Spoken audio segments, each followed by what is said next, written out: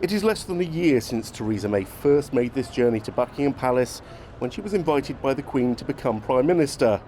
And despite insisting back then that there would be no early general election, she made this visit to seek formal approval from the monarch of a public vote. The head of state and head of government spent half an hour together before Mrs May headed back to Downing Street.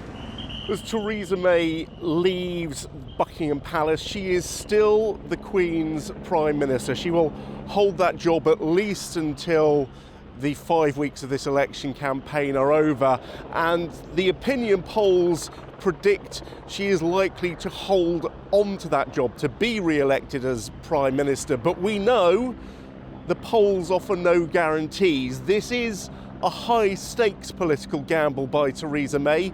She is literally betting the house, which is where she's going now. And back at number 10, there was just one issue on her mind.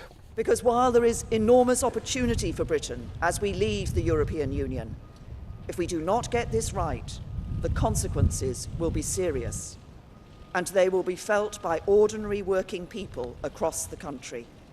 The Conservatives' first election poster, though, takes a swipe at Labour's leader on defence. His campaign message, though, is really about focusing on tax. Labour calls the Conservative claims absolute lies, and on the campaign trail, Jeremy Corbyn was trying to make it all about the NHS.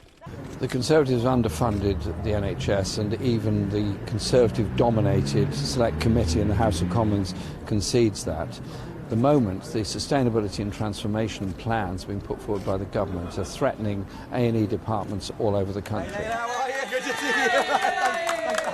For the Lib Dem leader, today was about Oxfordshire and the launch of their battle bus. There is a real theme developing in this election, which is Theresa May and the Conservatives taking Britain for granted. As the politicians crisscross the country, they will be listening to pollsters about what issues will make up voters' minds in this election. This is the Brexit and NHS election. Those two issues, more than any others, are blasting everything else out of their wake. What about defence? Is defence in there for people?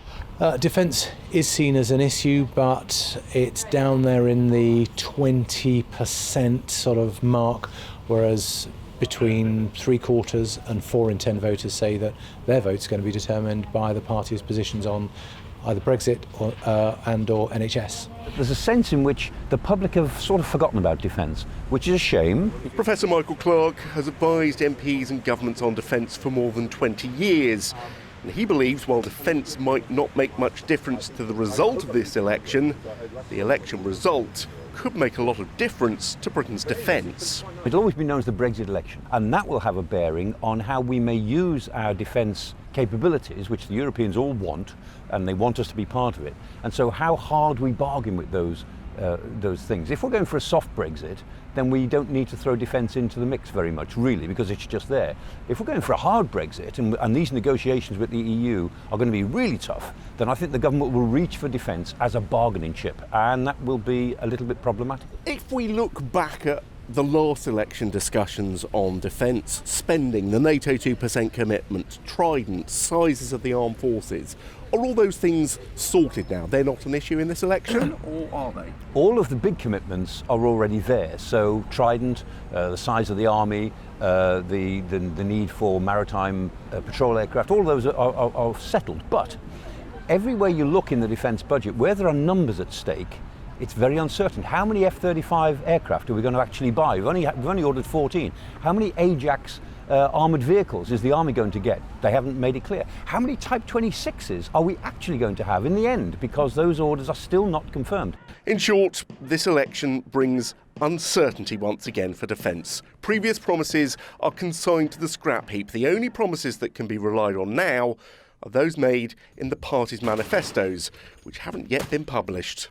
The politicians won't want to box themselves in if they don't have to. They may decide to keep the uncertainty running until after polling day. James Hurst, Forces News, Westminster.